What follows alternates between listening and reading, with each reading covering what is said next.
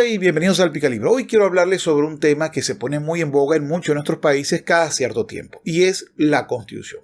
¿Qué es una Constitución? ¿Para qué sirve una Constitución? Y por supuesto, si entendemos qué es una Constitución y para qué sirve, podemos entender la necesidad o la no necesidad de una reforma constitucional o de la creación de una nueva Constitución. Así, vamos a grandes rasgos a cuatro teorías.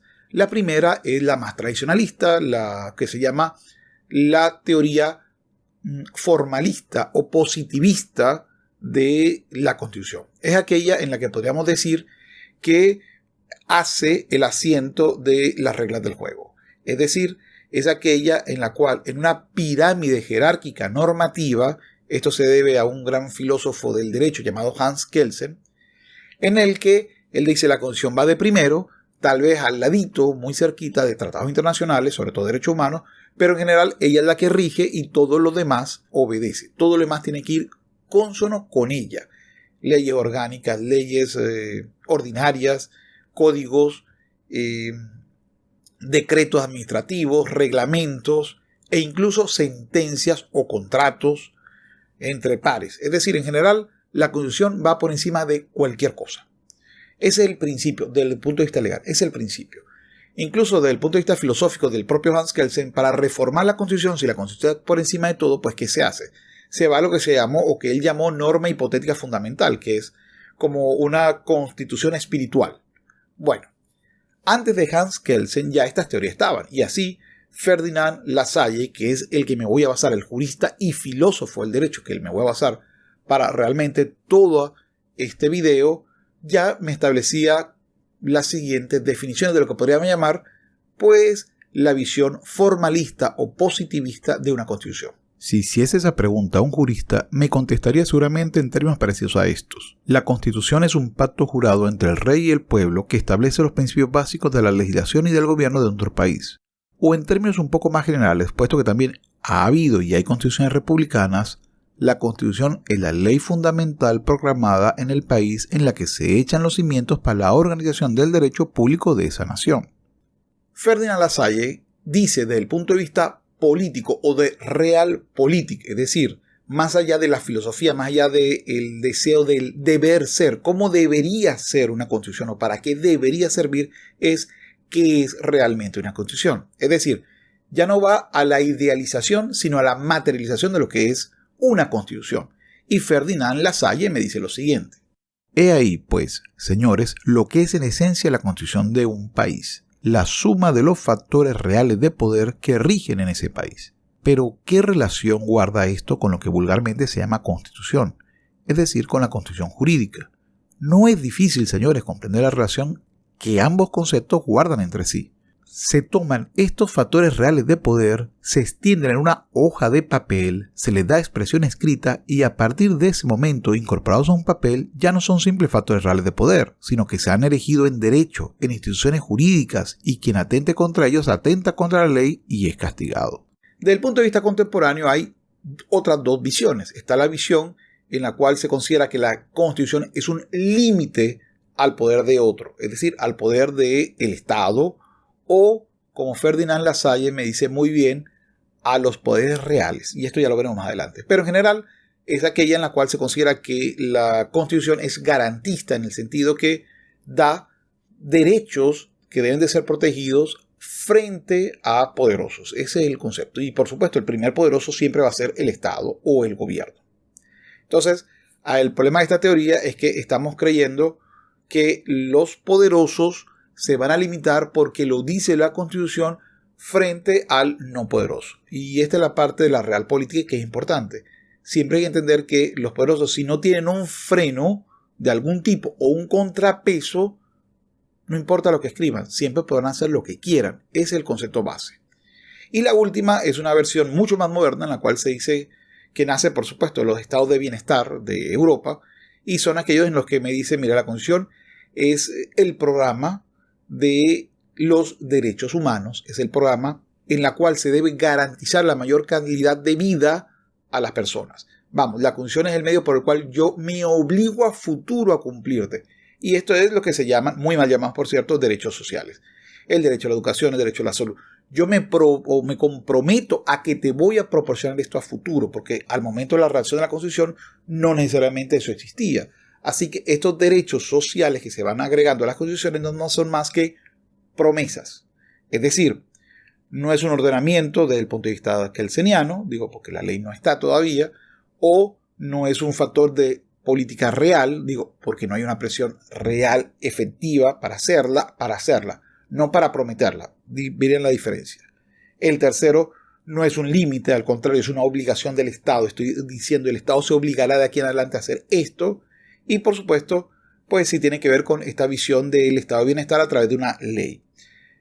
Salvo la teoría de Ferdinand Lassalle, todas las demás teorías se caen desde el punto de vista personal porque no tienen aplicabilidad real.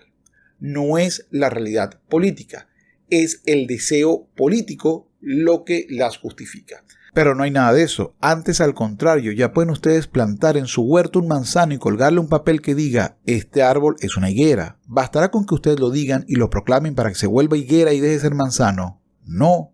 Y aunque congreguen ustedes a toda la servidumbre, a todos los vecinos de la comarca en varias leguas a la redonda, y les hagan jurar a todos solemnemente aquello que es una higuera, el árbol seguirá siendo lo que es, y la cosecha próxima lo oirán bien altos sus frutos, que no serán higos, sino manzanas. Pero, ¿qué se debe entender entonces como poderes reales?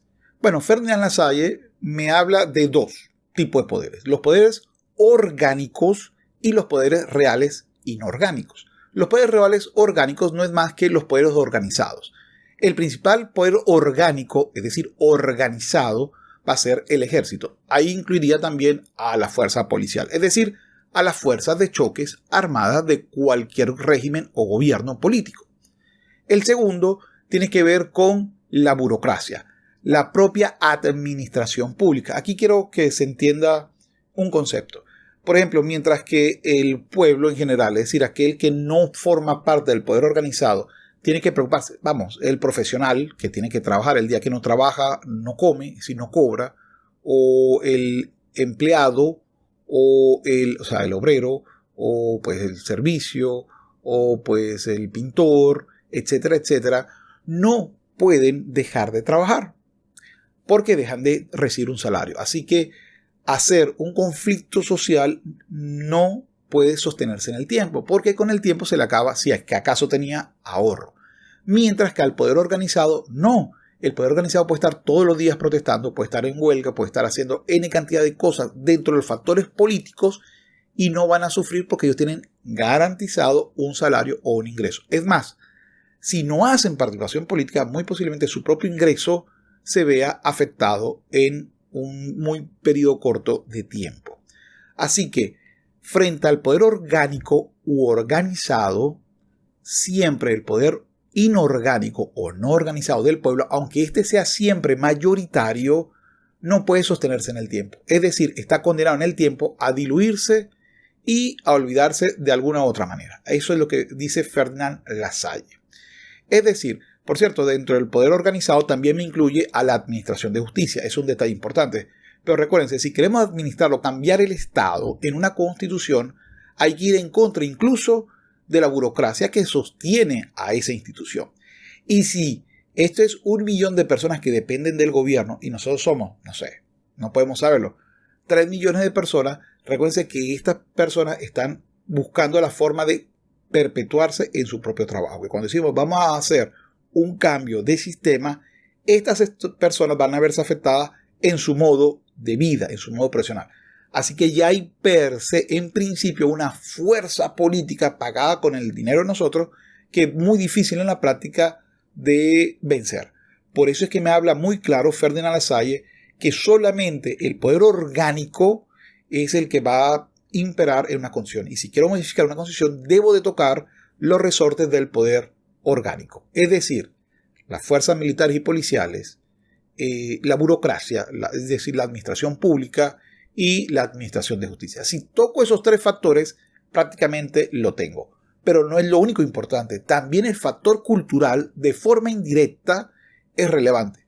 Porque si empiezo a hacer cosas que no son aceptadas por la población, que le parecen aberrantes a la población, es muy difícil que logre sostener el concepto de esa constitución. Y por eso me dice lo siguiente.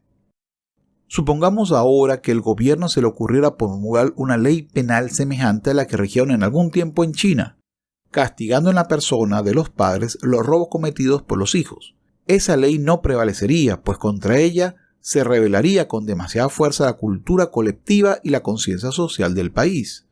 Todos los funcionarios, burócratas y consejeros de Estado se llevarían las manos a la cabeza y hasta los honorables senadores tendrían algo que objetar contra el desatino. Y es que, dentro de ciertos límites, señores, también la conciencia colectiva y la cultura general del país son un fragmento de la Constitución. Entonces, una Constitución no basta para colocar los sueños y aspiraciones de una población, porque aunque lo querramos y nos parezca poético, no le tiene que parecer poético al resto de la población, y más importante, hay ninguna garantía que esto va a ser así a futuro. En fin, ¿cuándo se puede entender que una Constitución es buena y duradera? Digo, porque cada vez que se hace un cambio constitucional es un problema económico, es un problema social, es un problema de acuerdos. Pues me dice lo siguiente Ferdinand Lasalle. Los problemas constitucionales no son primariamente problemas de derecho, sino de poder.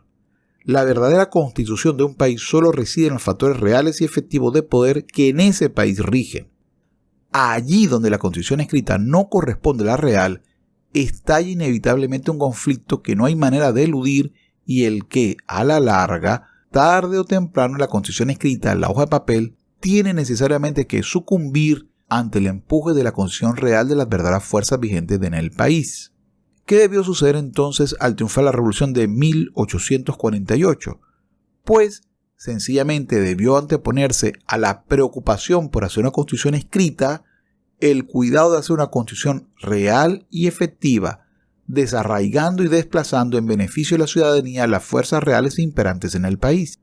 Y las constituciones escritas no tienen valor ni son duraderas más que cuando dan expresión fiel a los factores de poder imperantes en la realidad social. De allí los criterios fundamentales que deben ustedes retener. En esta conferencia me he limitado a desarrollar de un modo especial en relación con el ejército, por dos razones. La primera es que la premura del tiempo no me permitiría más, y la segunda es que el ejército constituye el más importante y decisivo de todos los resortes del poder organizado. Pero ya comprenderán ustedes, sin necesidad que yo se lo explique, que lo mismo que hemos dicho del ejército acontece con la organización de los funcionarios de justicia, los empleados de la administración pública, etc. También estos son resortes orgánicos de poder de una sociedad. Si no olvidan ustedes esta conferencia, señores, y vuelven a verse alguna vez en el trance de tener que darse a sí mismo una constitución, espero que sabrán ustedes ya cómo se hacen estas cosas y que no se limitarán a extender y firmar una hoja de papel dejando intactas las fuerzas reales que mandan en el país. En fin, ¿qué es lo relevante de lo que me dice Ferdinand Lasalle en cuanto a qué es una constitución y por qué esto es relevante en todo nuestro país? Tenerlo muy claro.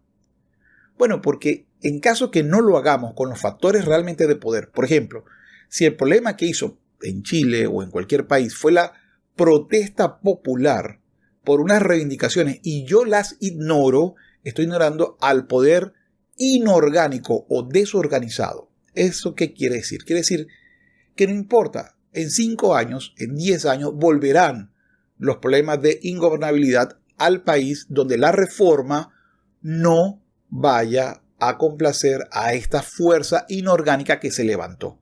Así que es importante, sea usted de izquierda, derecha o de centro, entender los factores de poder orgánico e inorgánico que llevan a sostener o a desconocer una constitución. Si eso lo tiene claro, pues le felicito, posiblemente va a tener una constitución buena, duradera y posiblemente un país encaminado a la paz social. No digo al desarrollo económico, escuche bien, a la paz social. Con la paz social podemos llegar a reglas para que haya crecimiento económico. Sin paz social, no importa las reglas de crecimiento económico que tengamos, no van a ser sostenibles en el tiempo. Bueno, es todo por hoy. Antes de despedirme, quiero agradecer muchísimo a mis Patreon que vienen de seguida. Humberto On, David Garay, Patricio Orante, José Flores, Néstor Magnaut, Alfonso Jornet, Eva García Franco, Javier Aguirre, Paco Medialdea, Joaquín López, El Perro de Diógenes, Jaime García, Marvin Jarquín, Alex Rocío Cori, Marcos, Carlos Space, Humberto Ávila, Alfonso, Leonel V. Rojas, Leopoldo Hernández, N. Veces, Luis Vargas, Alberto González, A.I. Lula, Cris, Alfonso Cortina, Guillaume Pradrón, Gonzalo J.C., Salomón Camargo, Norman Saldaña, Jaime Almenares, Gonzalo Alsina, Harry Won, Miguel Morales, Enrique Palomino, Cris Valgo, Leucipo de Mileto, Felipe Hernández Bermeo, Tony Macías, Omar, Isaac Pozo, Abrazagorus, Manuel Pérez y Miguel de la Rosa. Muchísimas gracias por apoyar el canal. Si has llegado hasta acá, muchísimas gracias. Te quiero invitar a que me sigas en mis redes sociales, Instagram, en Instagram El Picalibro, por favor, es esa, no la personal. En Twitter también es El Picalibro. Igualmente, si no conoces mis canales secundarios, te invito a que conozcas Capitán Cultura y El Picalibro 2.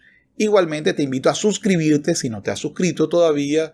Y por supuesto, ya YouTube debe estarte colocando por acá por lo menos 2 videos para que pues conozcas un poco más del contenido que se ha hecho en este canal. Es todo por hoy. Nos vemos pronto. No dejes que los demás piensen por ti y sapere aude.